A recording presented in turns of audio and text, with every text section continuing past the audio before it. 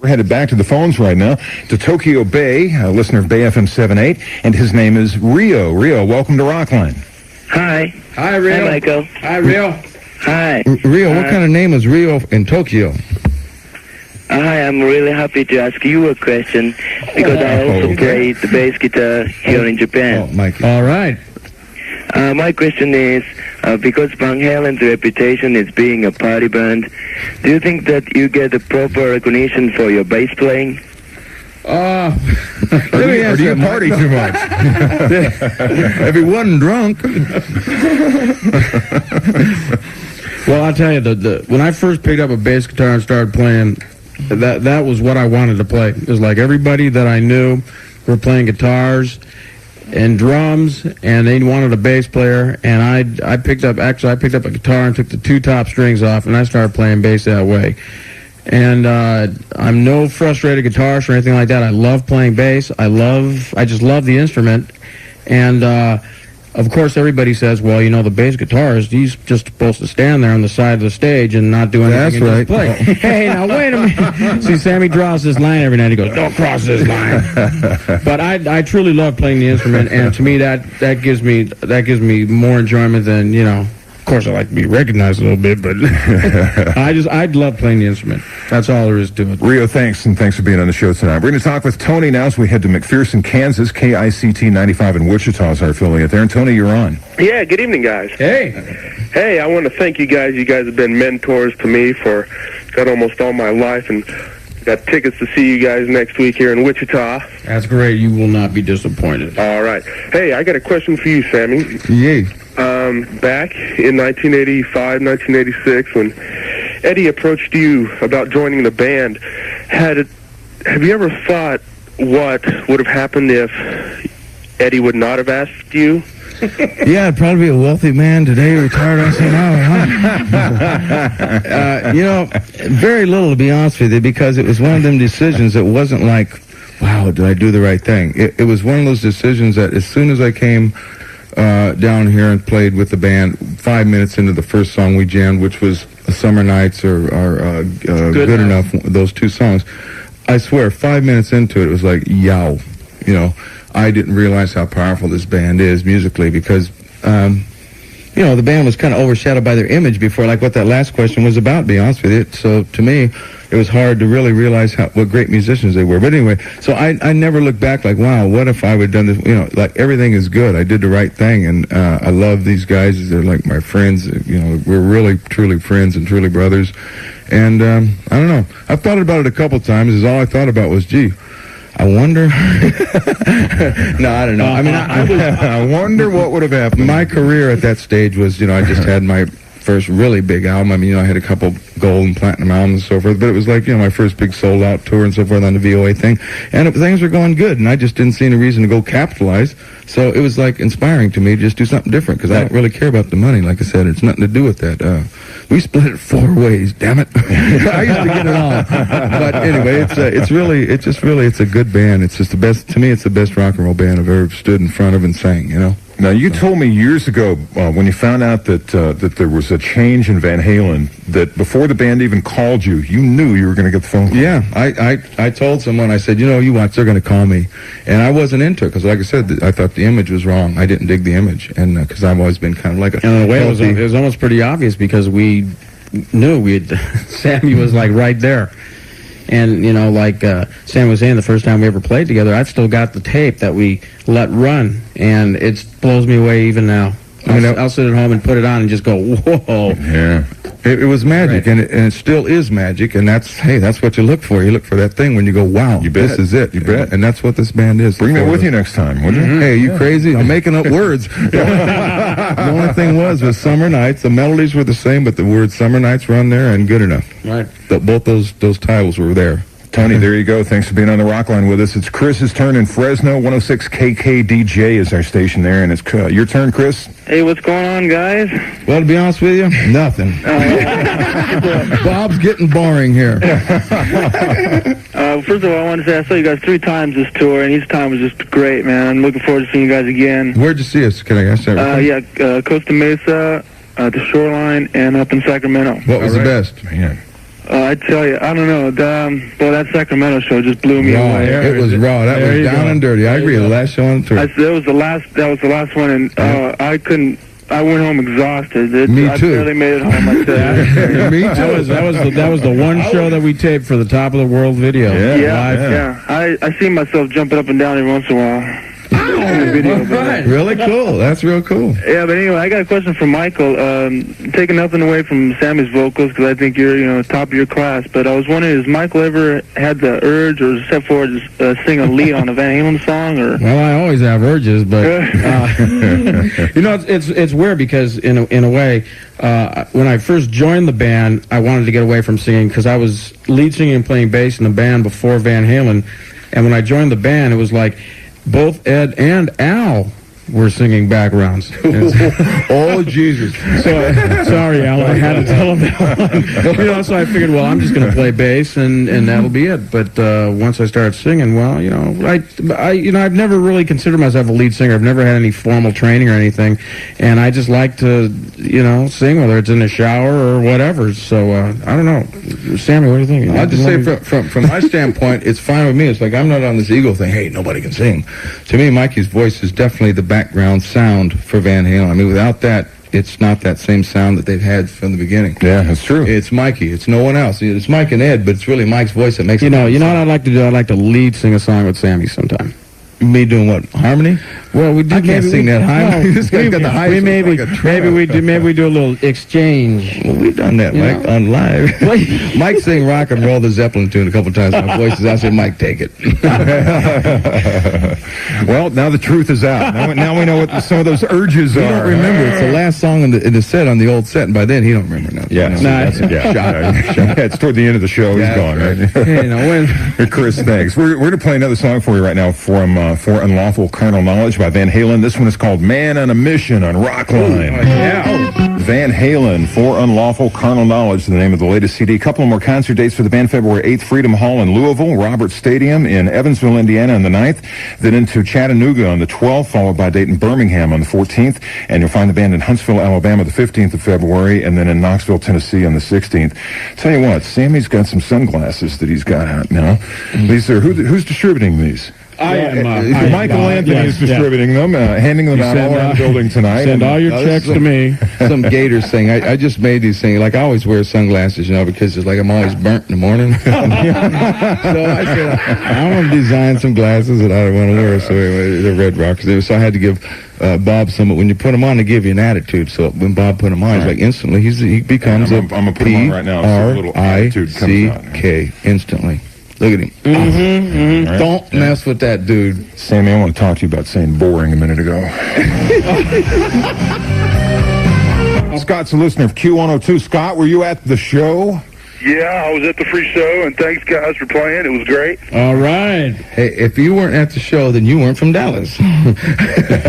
That's cool. Yeah, I'm not from Dallas. I was at the show. I'm going to write that down. I think. What's on your mind tonight, Scott? I had a question for Sammy. In the second leg of the tour, will there be any different songs in the set? Yeah, we just added Right Now to the set, but it's hard because most of the people, we're not bored with any of the set. Like, if we were bored, we change it up a lot every night. Let me get close to the mic. I sound like Bob. But anyway, so we're always tempted after a leg to go, wow, we've already played that set, but there's a lot of people that haven't seen it.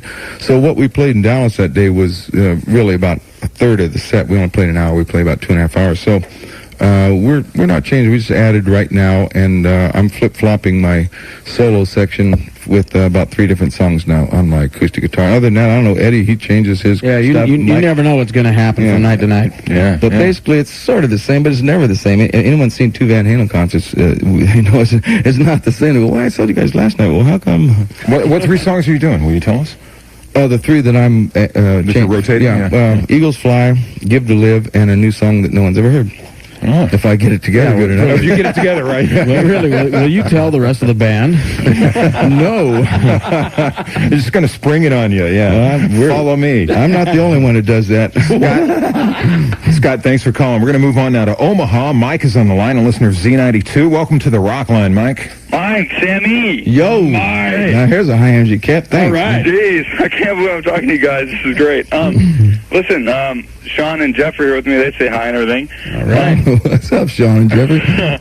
Listen, Sammy, I want to thank you for Eagles Fly, man. That's a great song, and I can't wait to hear Give to Live and the other song. And next time you come around, we saw you guys in Kansas City here in August, and it was just a killer show. We just had a great time. Yeah, those outdoor places we played, like Kansas City, it was great. It was really kind of warm and friendly and out. Yeah. I don't know, it was just great. But, well, thanks, because Eagles Fly is special to me. And so it's just a great song.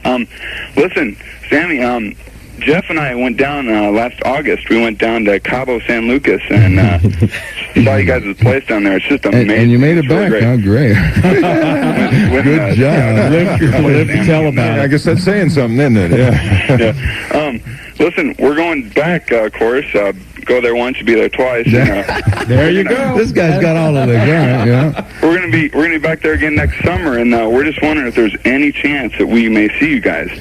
Well, I've been down there 3 times this year. The band hasn't been back since the grand opening because there's been all kinds of things. We've been writing, recording a song and all that stuff. And one guy in the band hates the place. Not the club, but hates the place because it's not me. No. So he had some problems down there, so got sick. Okay, yeah. You know, that'll kind of put a mojo on it. So, but the whole band hopefully will get back down there. But Mikey and I are going to go down there and jam with some other people and just goof off because that's what it's about. It's fun. When we went down there with Van Halen, it was almost too big of a deal. You know, there's 5,000 people out front. They busted the gates and kicked the door down. And, you know, we had to go out the back door and climb up the fire escape. But, you know, that isn't much fun down there. It's really fun when there's 40, 50 people in there. And you're up there just jamming with some other Mexican guys. You're going, you know, smoke on the water, oh, smoke on the water. That's when it's cool, you know, when it's loose like that. So that's what we want to do. You guys aren't drinking all the profits, are you? No, when we're down there, we do. Yeah. Hey, there ain't no profits in Mexico. I just want to get that straight. That was not a business venture. That was strictly for fun. That was for fun. You're not going to make money down there. You have to pay to get out. Senor, you have a fax machine? $200 tax. And a Greek card for the police. Oh, man. Mike, thanks for being on. We're going to move on now. Danny's on the line in Los Angeles, listener of 95.5 KLOS. Danny, you're on the Rockline with Van Halen. Yeah, hey guys, how you doing? Good. All right. I have a question for Mike. Mm-hmm. In the song Judgment Day, I just thought it was amazing how you hit those high parts. How do you do that? Now, see, if I told you that secret, everybody'd be hitting them high parts. Hey, you know what? We have this chick. Grabs a certain spot.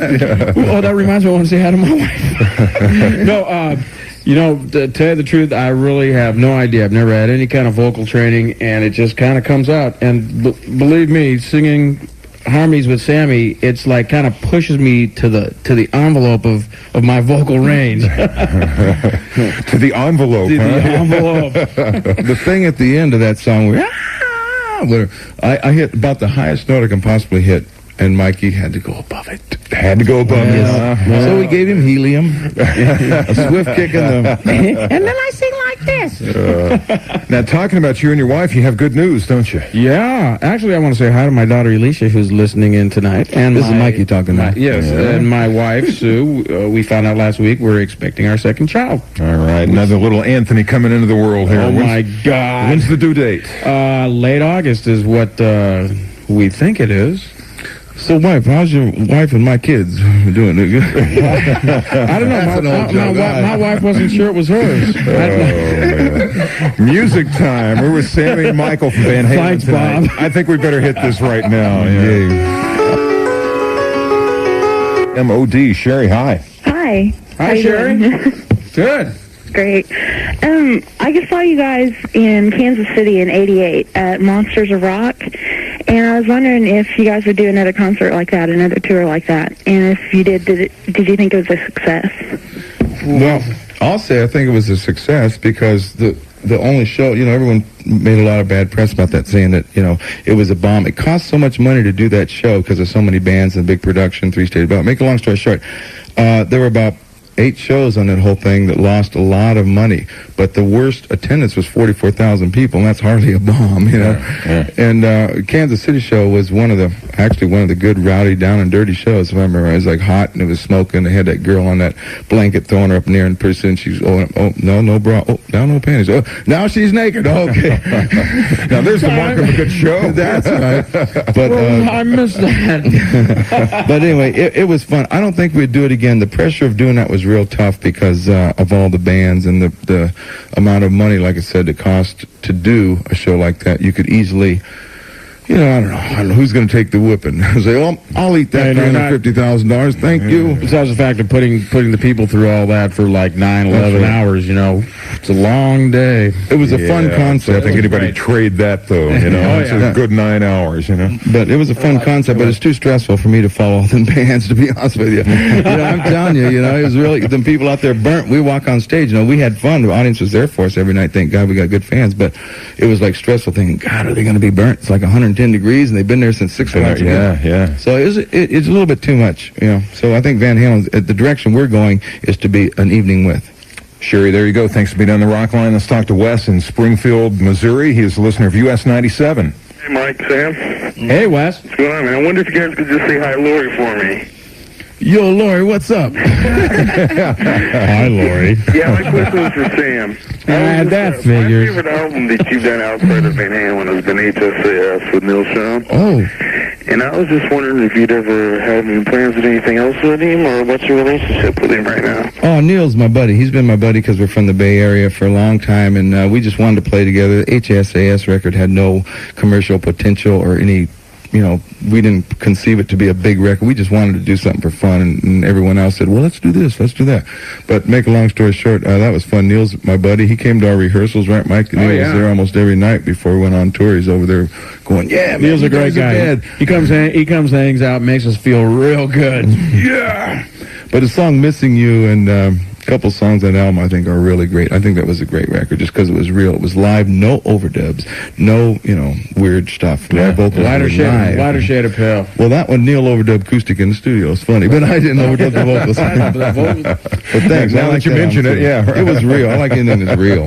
Wes, thanks. Let's move on to Tokyo Bay, listener of Bay FM 78, and a nice Japanese name this time around, Earl. Welcome to the Rockline. Hi, Earl. It's Australian, actually. Oh, okay. Say, mate. What the heck, That's the word I'm looking for. How you guys doing? Good. Great. My question's for Sammy.